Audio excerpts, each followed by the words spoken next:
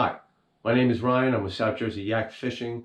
If you're tuning into this channel for the first time, you more than likely are someone who either A, owns an Oldtown autopilot kayak, or B, you're thinking about buying one.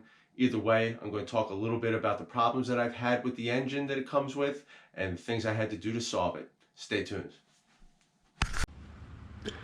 Now, if you've been watching my channel for a little while, you may have seen me post videos titled Oldtown Autopilot Engine Problems or something of that nature, where I had actually tried to take a trip, and in the middle of my going out to or upon arriving at my fishing location, I had a problem with the engine in which it was malfunctioning, causing me to have to paddle back, as you see here.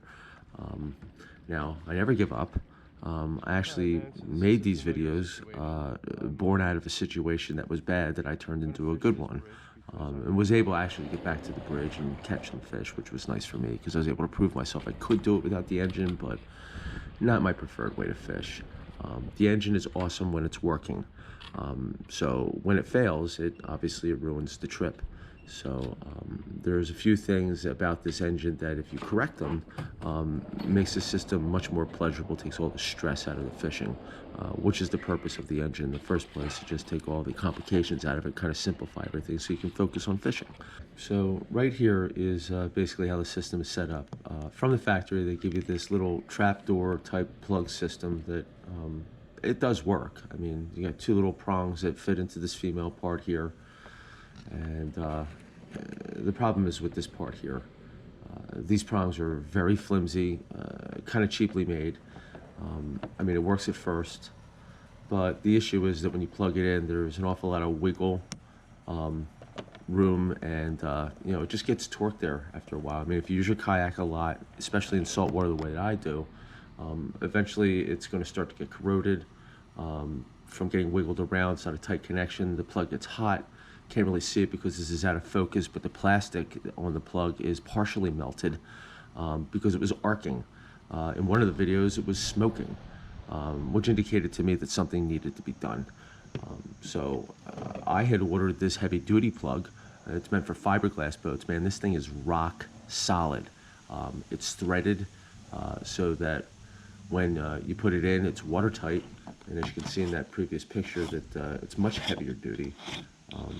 Way thicker prongs, way sturdy, but it also is solid enough that it doesn't really have any play in it.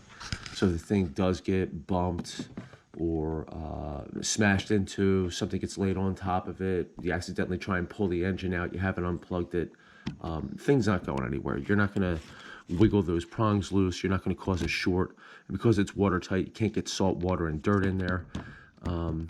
And it even has this nifty little dust cover that when the thing's out of use, you're able to just screw that on to keep any dirt or water or debris from settling in there. So it's a pretty good system.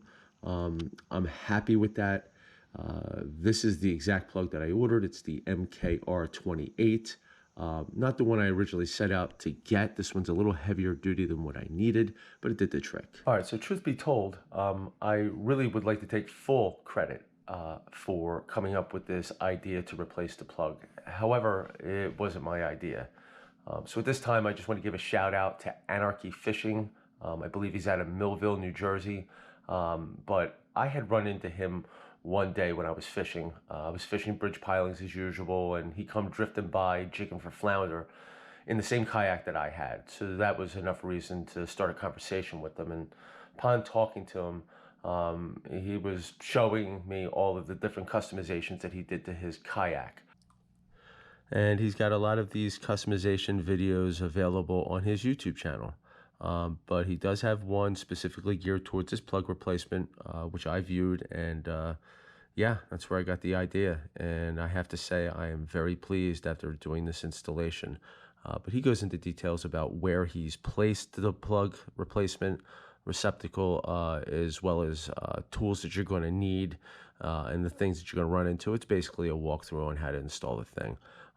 If you're buying this kayak new, I suggest replacing the plug right off the bat. It'll just save you the headache later. Well, that's all for now. If you enjoyed this video, please hit the like button. And if you like fishing videos, please subscribe to my channel. Thank you.